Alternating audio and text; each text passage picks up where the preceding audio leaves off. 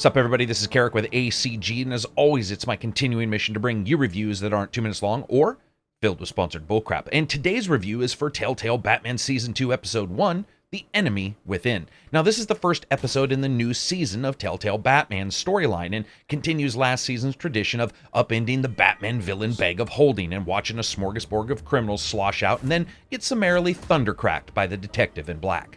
Let's see how it did, shall we?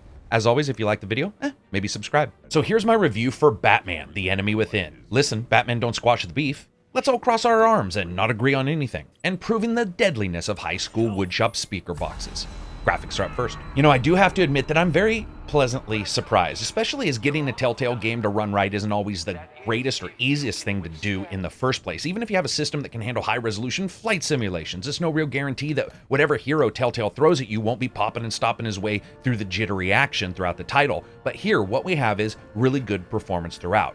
And while on the PC, there were a couple little stutters here and there. Most of them were due to loading and nothing more. Now, again, we do see the finer detailed look in this series that I personally liked more than some of the other games that we've seen, aside from, say, Guardians, which has its own look. And it offers easily, to me, one of the best overall presentations in the Telltale series of games, not the least of which is also helped by a far finer attention to detail and the fluidity of movement that Batman himself uses, from slowly walking behind a shipping container to peeking his giant bat ear head up like a human-sized whack-a-mole. The game just feels and looks smoother overall from start to finish. It runs better, and I really actually do like the overall presentation here. So as a package, I would say pretty good presentation.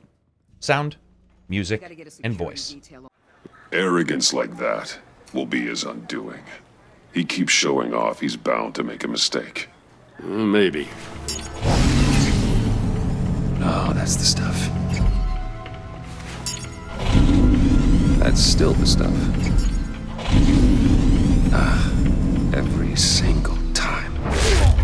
Clever, but not smart enough.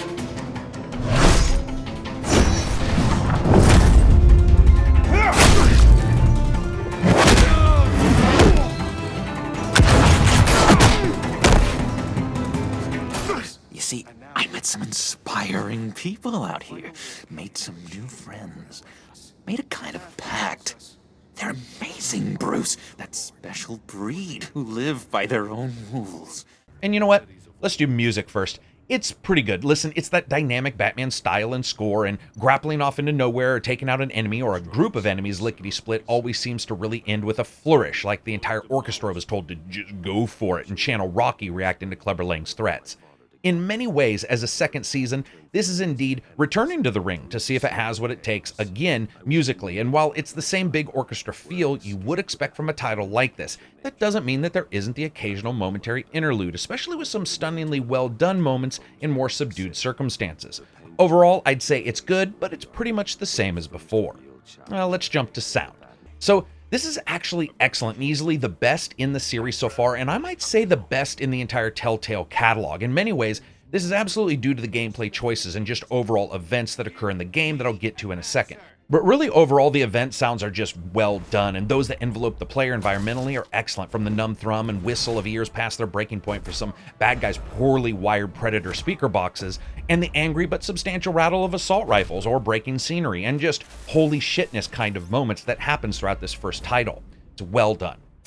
Voice. I have to admit, I've never been really in love with Troy Baker's rendition here of Troy Baker trying to sound just different enough you didn't realize he was actually Joker in another one of the Batman games. But here as Bruce Wayne, he does fine, and bravo for the smaller comedy bits written for him, like Bruce turning over the engine of the Batmobile and his repeated comments if you continually do so. It's that slightly lighter side that really does offer a dichotomy between the two.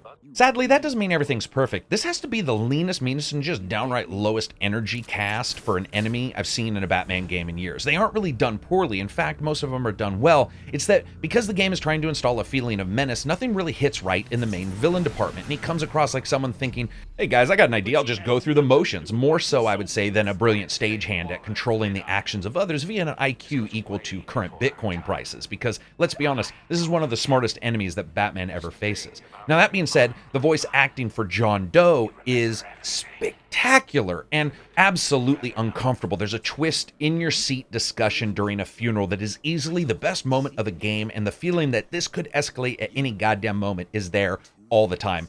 Bravo for that rendition. And that, of course, brings us to gameplay and a bit about the story. So this is almost a year after the events of the past titles, and Bruce is in sort of an uneasy downtime for maybe the first 30 seconds of the game. Then boom, it's hammer time, and a new but not really new enemy appears in Gotham in the form of the Riddler. And almost instantly, little things start to show up that make you sit back and think, maybe Telltale was listening to some complaints. First, I'll discuss one thing that I think really defines those changes and defines this particular version of Batman so much. Lethality. Batman might as well just show up to every damn event in the Gravedigger monster truck, because whether it's enemies, friends, friends of enemies, or enemies of friends who are now friends of your enemies, someone's going home in a series of small boxes and being buried in the ground in neat rows like friggin' planted corn. But at least here they don't try to explain it away like the, oh no, he's not dying, he's just being slammed by a 3-ton tank and then electrified bullshit that we saw explained to us in the AKA rumbling, stumbling, bumbling killer edition of Arkham Knight. But it's pretty goddamn close. And in a way, I actually think I enjoy that here and the way it's reflected in the gameplay. First, when it comes to the lethality and just overall how everything comes together, you see a return to many branches of paths of action, with paths actually branching again and again through environmental attacks and personal ones, and then branching again after that, and then requiring many different attacks and button presses just for a couple characters. It harkens back to the best of the Telltale titles, when mid-action scenes could split up and change, and you see Batman actually improve on last season's already, what I feel, improved options when it came to your choices.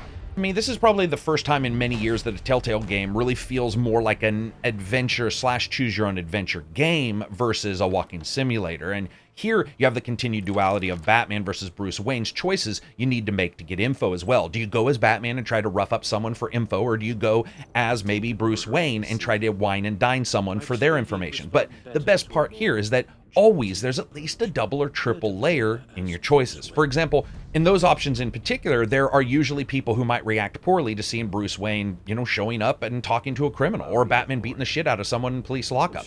But once you get there, there's also additional offsets, and they occur, and a bit of Bruce Wayne might leak out of Batman during an interrogation, and vice versa, and we see that reflected here. And really, whether on accident or on purpose, there's something far less forced than Batman repeating some goddamn sentence from an inspirational poster to his childhood friend so she can figure out who he is, like we saw in the movies. Instead, it's more subtle, more advanced, and dare I say, more enjoyable when it comes to that dance of disguises that goes on in these titles. But all is not well in the land of the flying flea-ridden rodent, that's for sure. First, some of the story choices, two in particular, come off very odd, with characters going from, sup man, let's have some beer after we toss these dudes out of a boat kind of attitude to a, I will kill you by shoving my hand down your throat kind of attitude a second later. And it's all really in reaction to a single sentence that has the narrative weight of someone saying, hey, yo, man, can you pass me that last piece of bacon?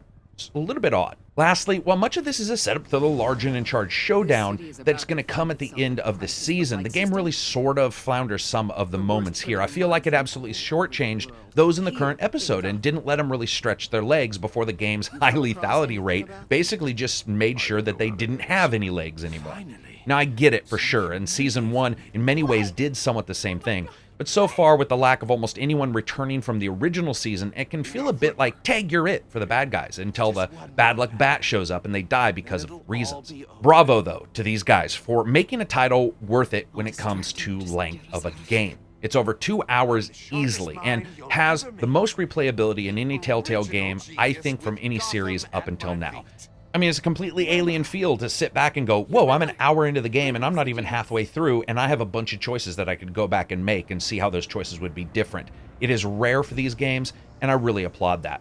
Fun factor. I'm actually a bit impressed with some of the changes here. While it's nowhere near a Rockstar level of action, I feel that this is finally the way these games actually should be, and there's a genre for it. It's far past the walking simulator genre and far deeper into the adventure genre, and certainly point and click. Also, the first time the game has you really mulching the environment with a person's face and using your gadgets mid-attack, it's instantly noticeable what was missing from last season. Batman can grumble about his life all he wants, but when he fights, we want more than a WWE wrestler, and last season, he didn't go too far out of that range. Here, his use of gadgets and puzzles and choices means a far closer look and feel to what gamers want when his name is on the title. So as you guys know, for episodic content, I sort of rate it on a buy now or wait for a sale kind of attitude, especially as this is the first episode out. And I really can't believe I'm saying this, but I would say that this is a buy. But let me explain a little bit. Right now, this is the best episode I personally think of a Telltale title out so far.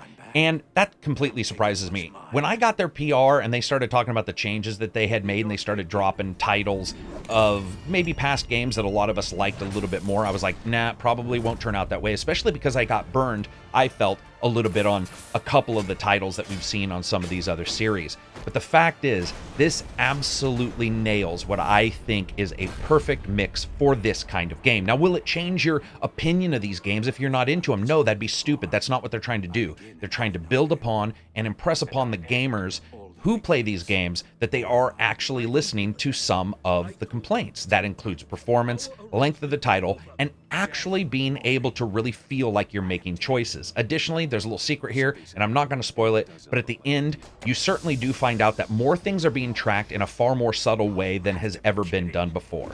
And I really, really like that. So that's it for me. If you liked the video, give it a thumbs up. Maybe check out Twitter or Patreon. That's how I continue to give you guys reviews that aren't 2 minutes long or filled with sponsored bullcrap. If you dislike the review, give it a thumbs down. And look forward to some more reviews coming from me. Also, if you guys like technical discussion or podcasts, make sure to check out the playlists because I have a bunch there. Peace out and enjoy the rest of your week.